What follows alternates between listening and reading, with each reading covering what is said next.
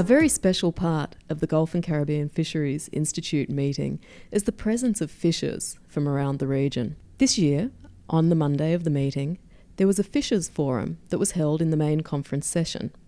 This looked at financing for fisherfolk and success stories. There's a large contingent of fishers from Belize and from Grenada, as well as from other countries, at this year's GCFI meeting in Grand Cayman. The GCFI meeting is a fabulous opportunity for fishers to interact with each other, to share about practices, and it's also an opportunity for fishers to meet with scientists and with managers, with government representatives. At the GCFI meeting, the fishers spend some time in the meeting room. They also have an opportunity to get out into the field.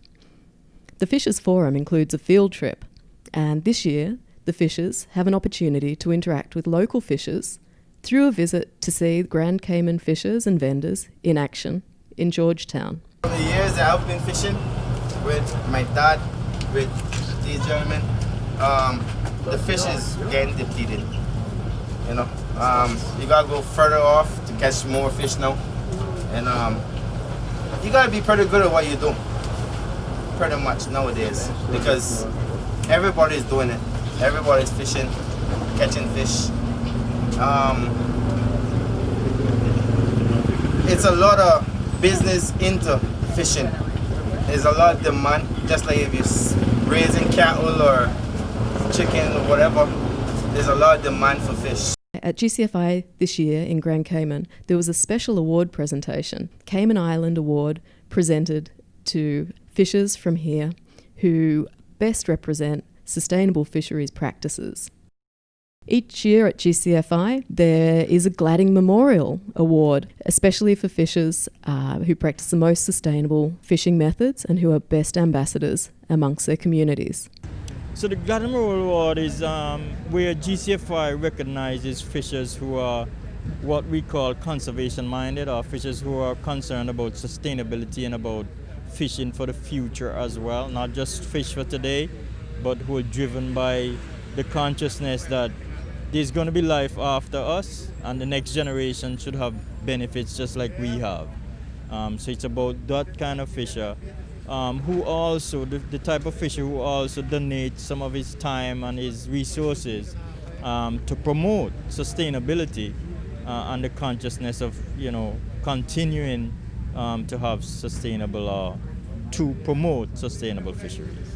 I've been coming to the GCFI meetings for the last 6 years now, and the last 3 years I'm also bringing fishermen with me from the 3 islands for the Fishers to Fishers program, so that they can interact with fishermen from other countries in the region, changing experiences, learning from each other, and also taking them to the presentations. And what impressed me most was that the GCFI community embraces the involvement of fishermen. So many scientific organizations and management organizations that deal with natural resources deal with scientists, they deal with politicians and managers. But GCFI has really taken leadership in involving fishers and bringing them to the forefront, bringing them into the mix in terms of how are we going to manage fisheries for the long term. So that really impressed me, and so I got involved. I was a board member for a little while. What I'm mostly involved with would be the Gladding Memorial Award and the Fisheries For Fishers initiative, which include the Fishers Forum and the Gladding Memorial Award. It's just a fantastic opportunity to bring fishermen together, to hear from them about the plight of fisheries resources and come up with solutions that might be shared from country to country around the Caribbean and the Gulf. Fisheries for Fisher initiative includes a variety of different things, including annually recognizing a fisherman for the Gladding Memorial Award. That fisherman who, for that year, really represents, as Peter did, the ethic of conservation, both in words and in action, as a conservation leader. I think it's really interesting. I hear a lot of stuff I would never think about or never thought of, and yeah, it's a good experience.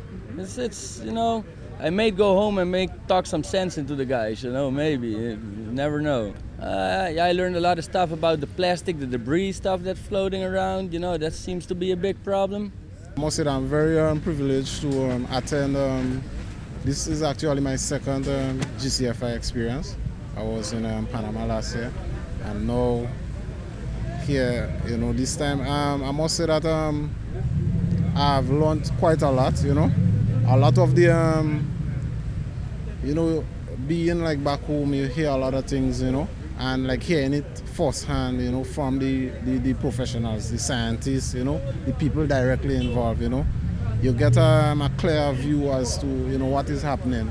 This experience here is really great, and I'm not going to keep like what I've learned from myself. When I get back home, I'm going to share it with my organization. I have learned here that there are so many things that we need to do as fisher folk to maintain the industry and, you know, create some more sustainability. I was interested in learning about the debris that is cast into the oceans, because in Hopkins, like, you know, I see that on a daily basis.